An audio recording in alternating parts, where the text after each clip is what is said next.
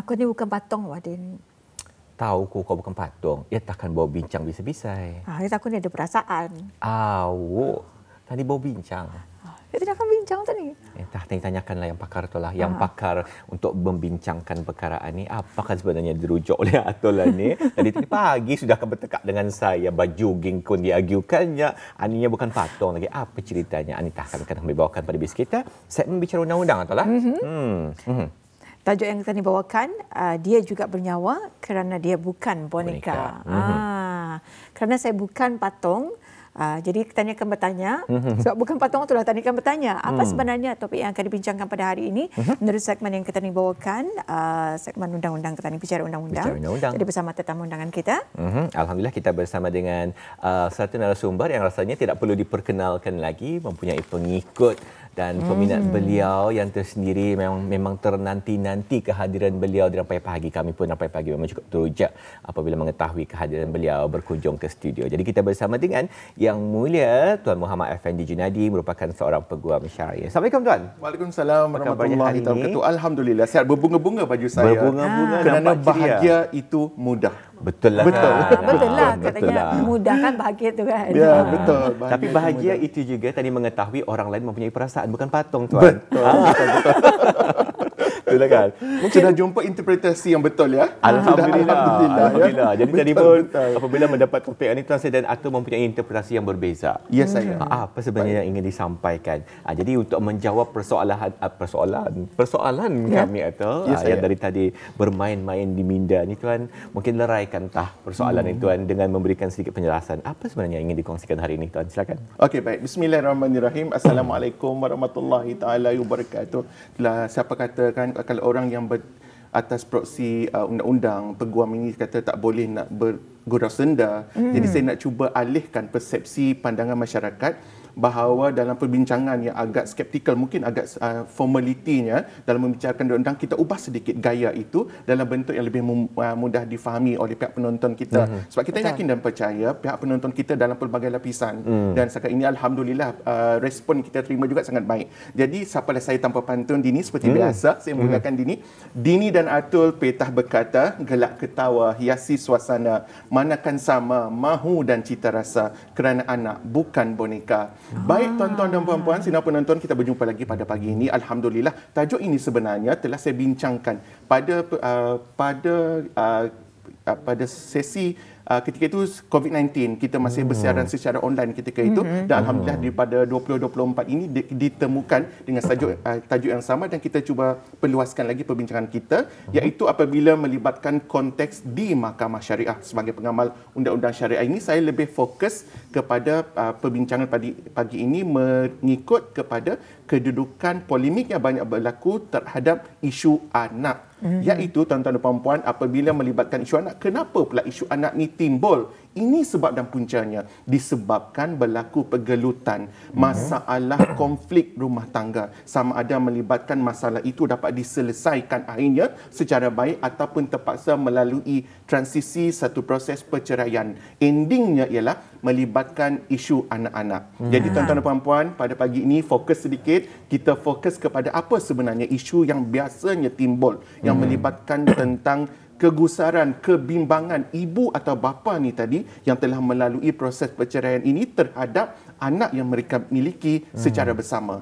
Jadi moga-moga dengan adanya perbincangan kita pada pagi ini dapat memberikan sedikit pandangan, membuka jalan, mencambah minda kepada sidang penonton sekalian. Baik, kalau saya dapat kongsikan, kalau kita melihat kepada statistik perceraian dalam slide kita yang kedua. Dalam slide yang kedua, alhamdulillah saya mendapat respon yang baik daripada pihak penyelidikan di Mahkamah Rayuan Syariah terhadap statistik yang saya telah pohonkan sebelum ini, yang mana kita melihat pada tahun 2020 sehingga tahun 2022 telah pun melibatkan keempat-empat daerah ini ada sebanyak 1,557 kes yang melibatkan permohonan perceraian. Ini kita tak sebut lagi tentang isu sama ada ianya telah selesai atau tidak, tetapi merujuk kepada permohonan itu yang agak membimbangkan. Kemudian saya fokus juga kepada slide kita yang ketiga. Dalam slide yang ketiga ini, okey, ini yang fokus utama kita pada pagi ini. Isu permohonan hadanah yang melibatkan di Mahkamah Syariah ke-44 daerah kita ni di Brunei ni telah pun 90 jenis permohonan telah pun dihadapkan dalam tempoh itu, yang mana mungkin pada ketika itu bermula daripada polemik COVID-19. Kemudian sehinggalah kepada tahun 22, apa yang saya nak katakan berdasarkan kepada statistik ini sebenarnya juga telah pun melibatkan isu anak-anak dibawa kepada proses permohonan di dalam mahkamah. Kenapa sebenarnya kebimbangan ini, Dini dan juga ini? Sebenarnya ini melibatkan tentang beberapa isu. Pertama, kita nak lihat dari segi hak dan kebebasan anak itu, sama ada anak itu nanti telah pun mencapai umur tertentu yang boleh membuatkan mereka untuk membuat pilihan siapa sebagai penjaga. Kerana apa? Ibu dan bapa mereka ini sudah tidak boleh bersatu tinggal di dalam satu bumbung kerana kekangan hukum syarak dan undang-undang. Jadi mahu atau tidak, timbulnya polemik-polemik yang sebegini yang akhirnya mencetuskan emosi, gangguan psikologi kepada anak tersebut. Saya tidak nafikan ada juga anak yang berjaya hasil daripada perceraian mandirinya, kepribadiannya yang kuat, akhirnya beliau ataupun anak ini tadi mampu bersaing dengan betapa pahit dan kerasnya dunia ini. Betul? Dan ada juga anak yang akhirnya seorang yang sangat hebat akhirnya kecundang kerana gangguan masalah berlaku melibatkan perceraian ibu dan bapa. Dari segi gangguan emosi dan fizikal tu tadi, psikologi itu tadi, di situ kita akan lihat apakah peranan yang sepatutnya, yang sewajarnya dimainkan oleh ibu dan bapa. Sebab tidak ada isu yang melibatkan bekas anak, cuma akan ada isu bekas suami dan bekas isteri. Itu yang jawapan saya pada setakat ini. Itu sebagai mukadimahnya dengan tajuk yang diberikan pada hari ini. Jadi sepanjang tuan bertugas ataupun memang sebagai dalam guaman syariah 19 tahun, itu merupakan satu pengalaman yang sangat banyaklah. Jadi melihat kepada isu-isu yang berlegar tentang isu anak yang berdepan dengan isu bercerai ibu bapa mereka ini, mungkin tuan boleh menjelaskan lagi mengenai dengan senario ataupun kes-kes yang biasanya berlaku. Okey, baik, bagus soalan tu ya. Kalau kita dapat disajikan dengan slide kita yang kelima, semoga ini dapat difahami oleh pihak penonton di luar sana selain pada apa yang saya ingin jelaskan. Antara polemik-polemik yang kami biasanya banyak lihat, banyak saksikan, banyak kendalikan di Mahkamah Syariah ini yang melibatkan isu hadanah, perebutan anak-anak ini sebenarnya adalah antara melibatkan bagaimana ibu dan bapa ni tadi bersaing sesama sendiri bagaimana untuk mendapatkan haknya. Sebabnya itu yang menjadi faktor utama jika mana ibu dan bapa ni tadi tidak dapat berbincang secara baik, maka akan memprejudiskan masa depan anak-anak. Jadi kesian anak kita ni. Dini dah ada anak?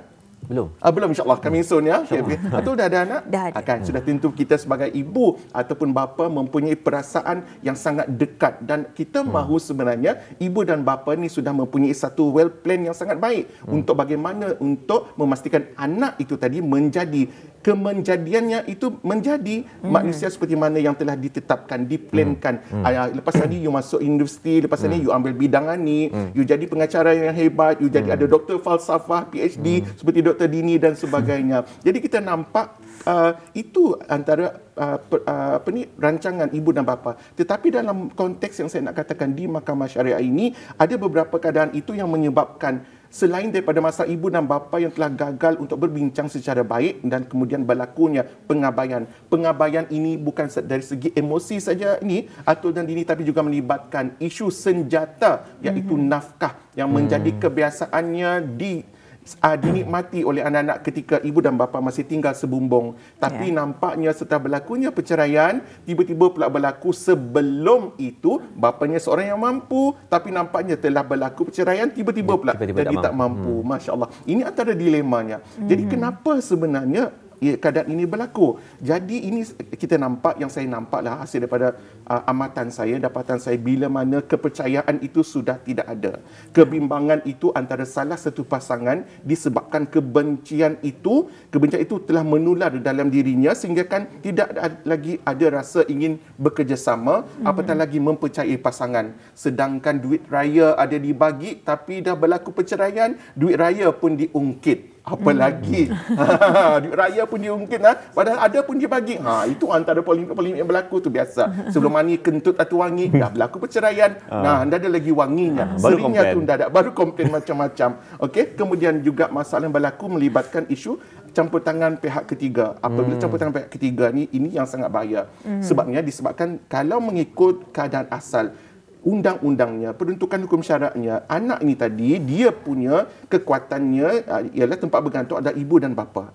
Tapi kadang-kadang dalam isu melibatkan perceraian ini, masalah yang berlaku di mahkamah ini juga apabila gangguan daripada pihak ketiga. Gangguan daripada pihak ketiga ini sama ada daripada neneknya yang sangat menyayangi cucu hingga menyebabkan bapa yang berpisah dengan anak ini tadi tidak dapat menjalankan tanggungjawab itu dengan baik walaupun telah berlaku perceraian. Itu antara polemik juga, gangguan daripada orang ketiga ini. Okey, dan keempat, polemik yang banyak berlaku juga ialah melibatkan isu jantina. Misal kata, adakah layak atau tidak anak perempuan dijaga oleh ayah? Sebab kononnya bahawa hanya ibu yang lebih memahami, hanya ibu yang dekat dengan anak perempuannya. Ini antara dilemanya. Kemudian yang berbeza, ibu dan bapa yang warga negara berbeza. Berlaku perceraian, kemudian anak ini nak dijaga oleh siapa? Sebab ini kononnya anak ini telah pun didaftarkan mengikut kerakyatan di negara kita ni. Tapi telah berlaku perceraian sedangkan ibunya contohnya atau bapanya tadi warga negara asing. Jadi bagaimana? Ini antara polemik isu semasa yang berlegar dalam konteks perebutan anak, hadanah, hak penjagaan anak di mahkamah syariah. Ya saya. Cukup menarik sebenarnya dan penerangan yang diberikan tadi. Tapi salah satunya yang menarik perhatian saya yang saya kurang mengetahui dan inginkan sedikit penjelasan mengenai dengan parental alienation. Betul. Mungkin boleh dijelaskan itu, Tuan. Okey, bagus. Ini yang saya nak cuba ketengahkan yang mana saya juga mendapat pengetahuan ini sebab kita kena dalam proses belajar ni kita juga dapatkan daripada pelbagai narasumber yang untuk kepentingan pembangunan kejayaan kita ni juga ya. Yang mana saya mendapat ilmu ni juga daripada pihak kaunselor menyatakan bahawa ini antara kebimbangannya. Bila mana telah berlakunya perceraian, maka anak ni tadi misal kata telah pun dapat perintah penjagaan melalui salah satu pihak. Misal kata ibunya dapat penjagaan tu, kemudian pihak yang satu lagi ni hanya dapat hak lawatan ataupun dengan bermalam atau tanpa bermalam. Dan kemudian juga kebimbangan itu mula timbul apabila anak itu mula diserahkan dengan pihak yang satu lagi, maka dalam keadaan itu dikhawatiri bahawa anak itu tidak akan dikembalikan. Itu satu. Yang kedua juga apabila kebimbangan yang sangat mendalam ini yang tidak dapat diatasi ialah apabila dalam keadaan anak ni tadi telah pun dijadikan sebagai spy. Spy apa? Cuba lihat. Kau pergi dengan bapamu, kau lihat apa bapamu buat. Sama ada bapa ada bagi kau makan ke tidak. Kau catat tulis pukul 7 hingga pukul 8 kau makan apa. Itu pesanan ibunya kononnya. Cuba catat bapa ni selalu keluar lepak dengan dengan kawan-kawannya ataupun macam mana. Ia ada boyfriend, girlfriend baru atau tidak? Contohnya. Pertemanan wanita baru atau tidak. Jadi keadaan yang spy, kedudukan sebagai spy ini sangat tidak sehat sebenarnya. Yang mana keadaan menurut pada isu ni tadi, dia kata ia seolah-olah telah menjadi anak ini yang sepatutnya kita hiasi, kita berikan dengan ilmu dan kemahiran yang pelbagai yang sangat produktif untuk perkembangannya, tetapi nampaknya kita telah mengajar sesuatu yang tidak baik kepada anak itu. Jadi bagaimana isu ini kita sebenarnya kepercayaan itu apatah lagi Dini dan Datul apabila sebenarnya dalam konteks undang-undangan ini sebenarnya salah satu pihak boleh mendapatkan hak penjagaan kekal dan ataupun pihak yang satu lagi boleh mendapat hak lawatan dengan bermalam atau tidak bermalam ataupun melalui hak penjagaan bersama. Yang tidak sehatnya ialah bagaimana proses pelaksanaan perintah itu dapat berjalan. Ini yang saya sangat risaukan. Kadang-kadang ia akan membawa implikasi tertentu Dini dan juga Atul. Apabila perintah itu telah pun dikeluarkan, masalahnya ianya jika kononnya agak sensitif, pihak akan lebih rasa awareness, akan lebih rasa macam berhati-hati dalam tindakan itu. Kenapa? Sebabnya dikhawatiri ada berlaku something kepada anak itu, padahal anak itu sendiri yang kita ni kata macam gauk lah. Duduk anak itu bermain dan jatuh dan kita nak salahkan pula isu itu tadi. Padahal itu bukan salah pihak bapanya tu, pada anak itu sendiri yang memang macam itu. Satu. Yang kedua contohnya dalam bidang pendidikan. Misal kata contohnya anak itu bukan kita katakan sebagai anak yang genius lah. Memang biasa-biasa saja. Dapat markah pun contohnya 30, 20 ketika hidup bersama. Tapi ketika perceraian ini dan apabila kononnya hak itu diberikan kepada pihak satu lagi, maka ini juga dijadikan sebagai alasan. Jadi sebenarnya isunya anak itu dah memang sebegitu. Tapi kadang-kadang parental alienation ini dia sangat tidak baik, sangat tidak positif kerana ia menjadikan kita ni sebagai bahan yang tidak baik. Itu sangat toksik, maafkan saya, sangat toksik kepada pihak yang satu lagi.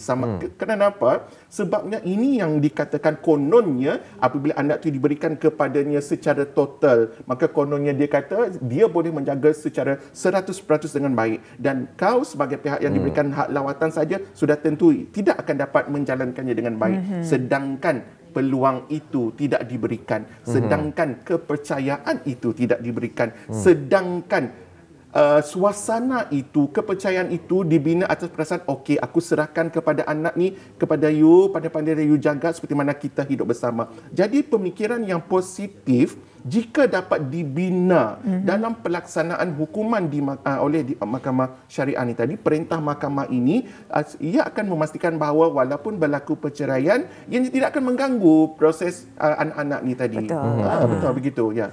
Jadi boleh dikatakan ia menjadi anak ini menjadi dua kali bangsa lah. Betul. Saya setuju. Dua kali bangsa. Jadi yang pertama mengenai dengan siapa yang menjaga, kemudian dijadikan lagi spy. Jadi dua kali bangsa. Jadi itulah pemikiran anak-anak mental mereka tidak sehat, dan juga mereka akan dilingkungi dengan benda-benda yang toksik atau perkara-perkara yang toksik. Jadi tadi Tuan mengatakan mengenai dengan isu penjagaan, kemudian bagaimana pula selanjutnya dengan isu nafkah dan juga apa agaknya polemik yang biasa berlaku, mungkin dapat dikongsikan perkara ini. Okey, baik.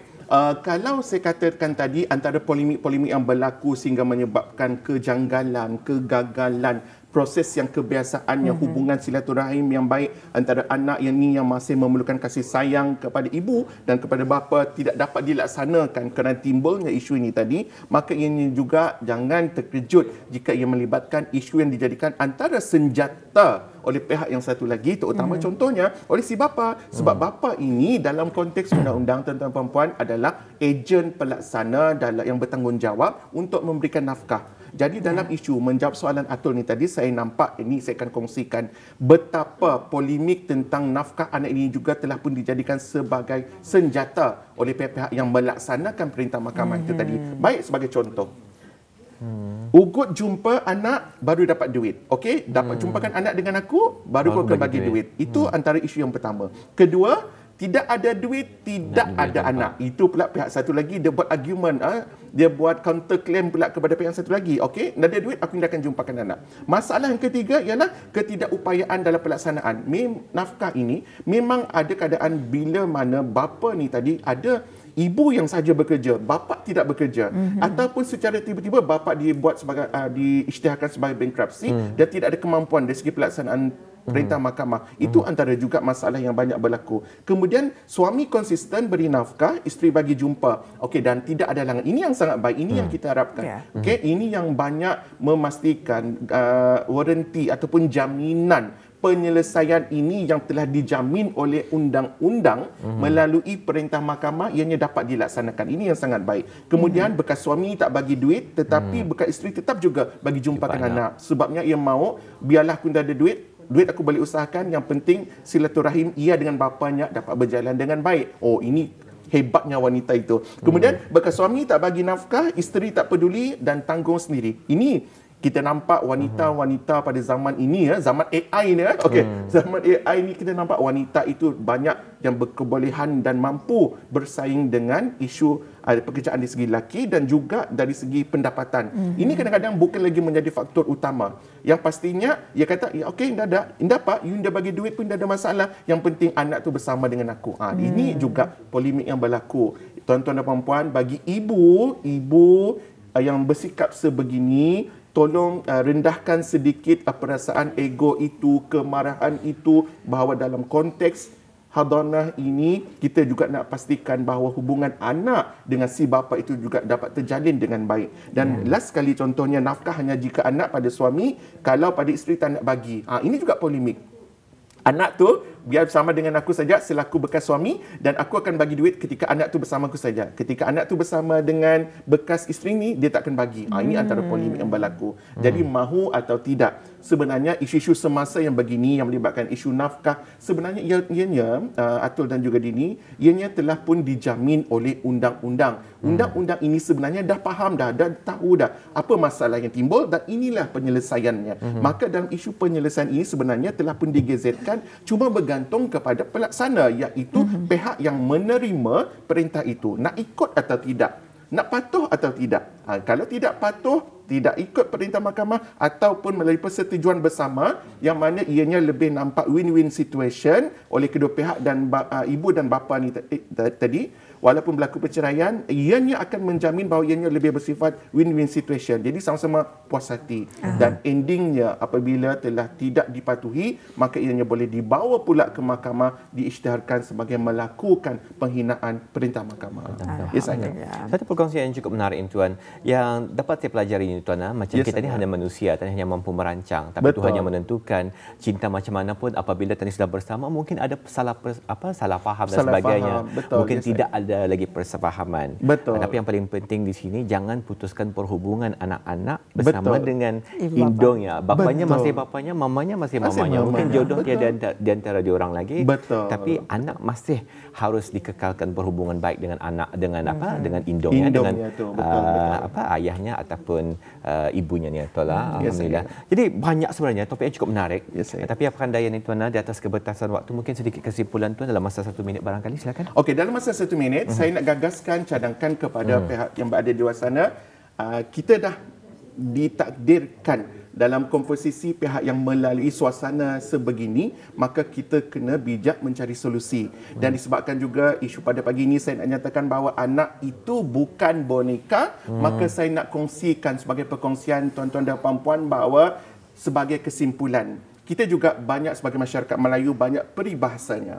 Pertama, habis madu sepah dibuang. Itu yang pertama. Kemudian apabila kepercayaan tidak ada, maka akan timbul ada udang di sebalik batu. Kemudian ianya tidak terhenti di situ saja, Dini. Ianya akan juga bercambah dalam konteks perpisahan dan perjuangan di dalam mahkamah, maka akan timbul isu peribahasa pula, alang-alang menyeluk pekasam biar sampai ke pangkal lengan. Kemudian keadaan itu dipisahkan, anak tidak dapat berjumpa, maka timbul pula peribahasa, iaitu bagai pungguk merindukan bulan. Dan last sekali, jangan khawatir ataupun jangan terkejut jika tangan yang menghayun buayan bisa menggegarkan dunia. Dan last sekali, tolonglah cari solusi yang terbaik. Ingatlah, ini anak secara bersama, dibuat secara bersama, dan akhirnya kita juga mencapai solusi secara bersama, dan akhirnya timbul satu peribahasa, iaitu tempat jatuh lagi kan dikenang, ini kan pula tempat bermain. Semoga sedikit sebanyak perkongsian ini dapat memberikan input jalan, pembuka jalan kepada pihak-pihak yang sedang mengatasi isu ini di luar sana. Alhamdulillah. Satu perkongsian yang cukup menarik ini, Tuan. Saya suka dari segi approach yang Tuan gunakan. Seperti yang dikongsikan tadi, Indah, semestinya perbualan walaupun agak berat, tapi boleh disantaikan, Tuan. Banyak sebenarnya perkongsian. Tambah juga presenter yang sangat hebat pada pagi ini, kedua-duanya. Alhamdulillah. Sama-sama, Tuan. Jadi apabila tadi mendengar, mendapat ilmu dan mampu tersenyum sepanjang perkongsian, Tuan. Dalam pada senyum ada sebenarnya inti yang ingin disampaikan. Ada ilmu yang ingin disampaikan. Alhamdulillah. Sangat luar biasa. Terima kasih banyak kami ucapkan dengan perkongsian ini. Dengan segmen yang kita bawakan, itu segmen bicara undang-undang. Semoga penonton kita ni dapat menyaksikan dan jadikan ianya sukat-sukat dalam kehidupan kita. Dan juga fikir-fikirkan sebelum membuat keputusan. Jangan membuat keputusan ketika kita ni marah, dan jangan juga membuat keputusan ketika kita gembira. Betul, Tuan? Betul. Jadi sama-sama kita ni berganding bahu untuk menyelesaikan apa jua masalah yang kita ni lalui. Terima kasih banyak kami ucapkan sekali lagi. Sama-sama, sangat berpuas hati. Alhamdulillah. Assalamualaikum. Waalaikumsalam warahmatullahi wabarakatuh.